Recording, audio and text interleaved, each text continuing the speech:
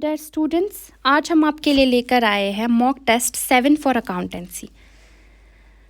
आज के हमारे टॉपिक्स है cost management, budgetary control, cost accounting and developments in accountancy.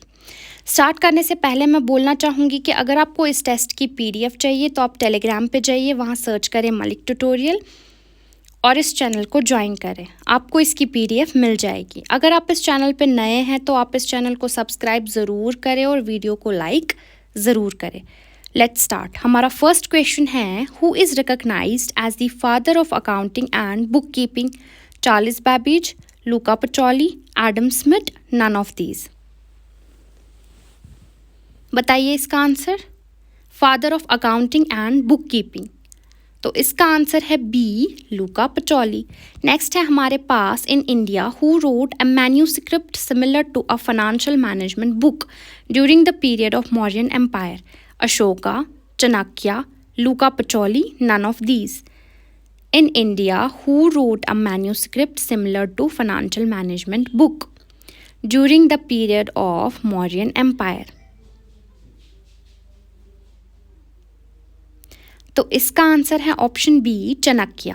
Next है हमारे पास, the early development of accounting was closely related to the developments in writing, counting and money, both A and B, none of these. बताइए इसका answer. तो इसका answer है C, both A and B. Earlier development of accounting was closely related to the developments in writing, counting and money. Next है हमारे पास, first book in India which shows accounting practices: Accounting of India, Accounting and Bookkeeping, Arthashastra, none of these. बताइए answer. तो इसका answer है सी, अर्थशास्त्र, written by Chanakya. Next है हमारे पास, first book on double entry book keeping, Summa de Arithematica, accounting, Arthashastra, none of these. First book on double entry book keeping बताना है, बताइए। So it is Summa de Arithematica by Luca Pacioli. Next है हमारे पास, accounting is as old as dash civilization, Egyptian, Roman, Mesopotamian, none of these. बताइए।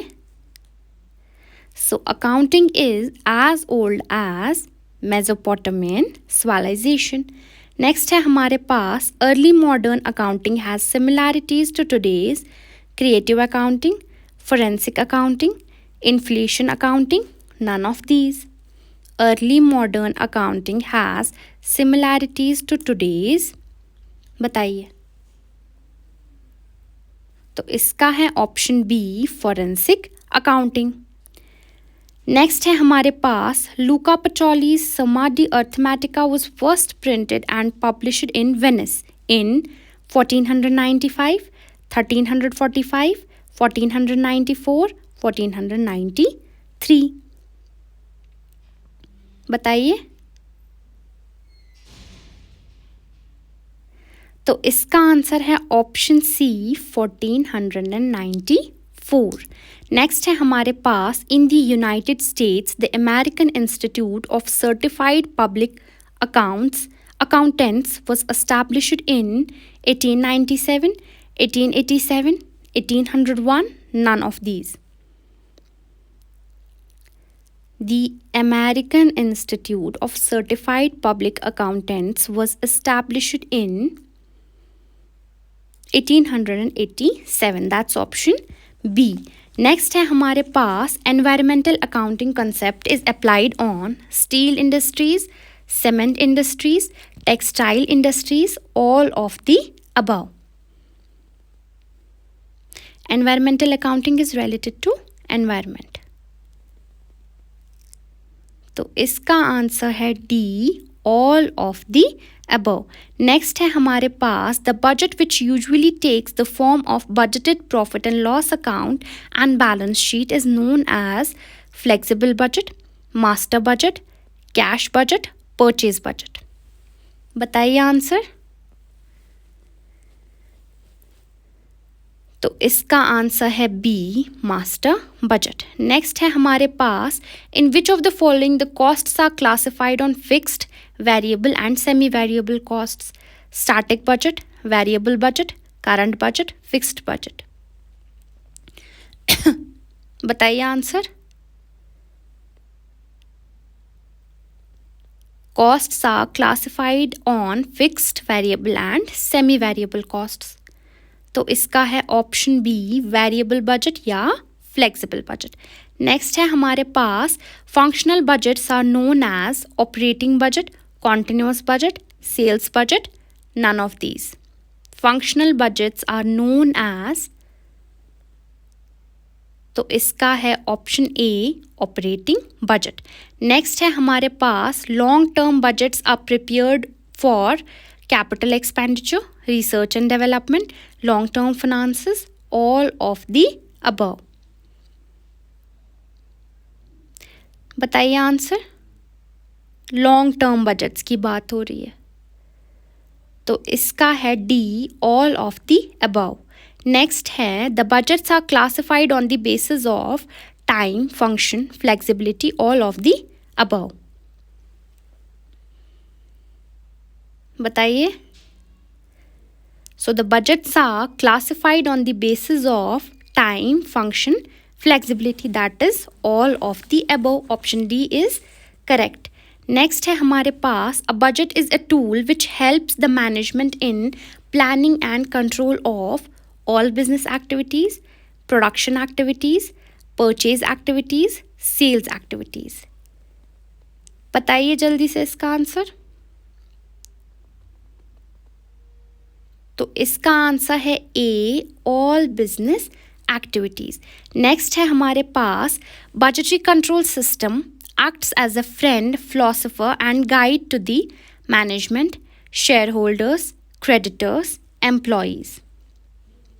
Budgetary control system acts as a friend, philosopher and guide to the,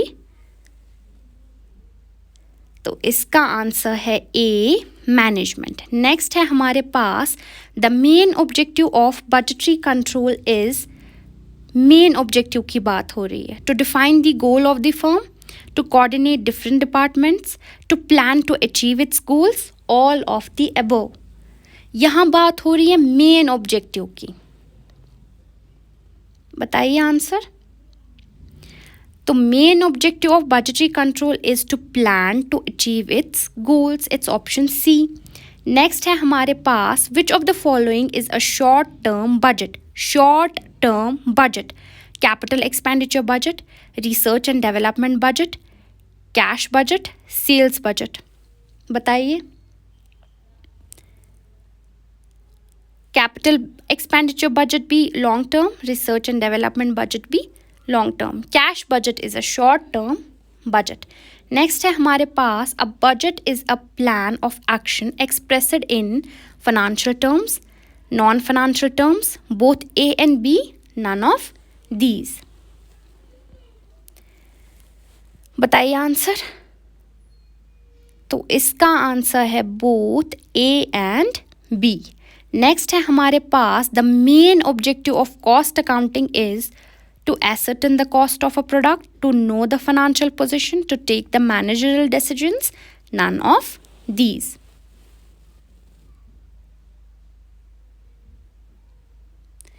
तो इसका answer है हमारे पास, to ascertain the cost of a product। main objective of cost accounting is to ascertain the cost of a product। Next है हमारे पास, all indirect costs are termed as prime cost, factory cost, conversion cost, overheads. Indirect costs की बात हो रही है, तो इसका आंसर है D, overheads. All indirect costs are termed as overheads.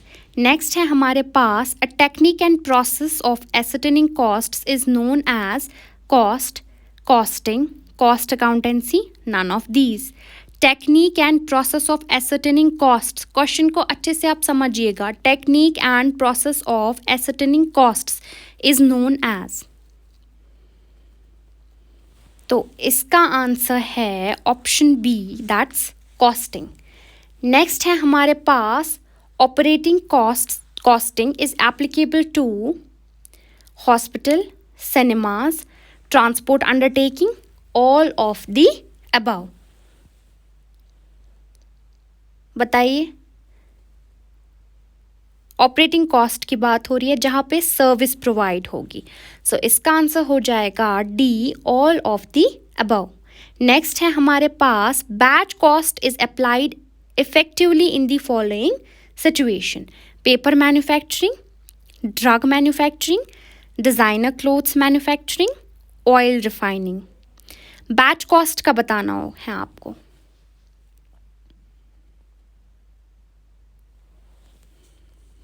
Batch costing is used where articles are produced in batches and held in stock for assembling of components to produce finished products. तो इसका answer है B, drug manufacturing. Next है हमारे पास warehouse expense is an example of production overhead, selling overhead, distribution overhead, none of these. warehouse expense, so इसका है option C, distribution overhead. warehouse expense is an example of distribution overhead. Next है हमारे पास which of the following items is not included in the preparation of cost sheet: carriage inward, purchase returns, sales commission, interest paid। कौन सा item हम cost sheet में include नहीं करते? तो इसका आंसर है डी, इंटरेस्ट पेड। नेक्स्ट है हमारे पास the allotment of whole item of cost centres और cost unit is cost allocation, cost apportionment, overhead absorption, none of these. Allotment of whole item of cost centers or cost unit.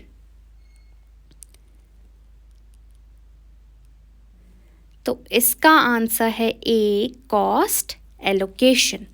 Next है हमारे पास the most important element of cost is material, labour, overheads, all of the above.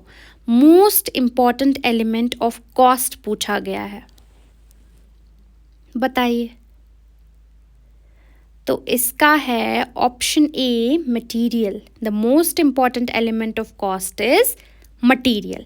Next and last question है हमारे पास wage sheet is prepared by payroll department, personal department, engineering department, none of these. बताइए answer. तो इसका answer है ए, payroll department. Wage sheet is prepared by payroll department. Thank you so much for watching. Please like, share and subscribe.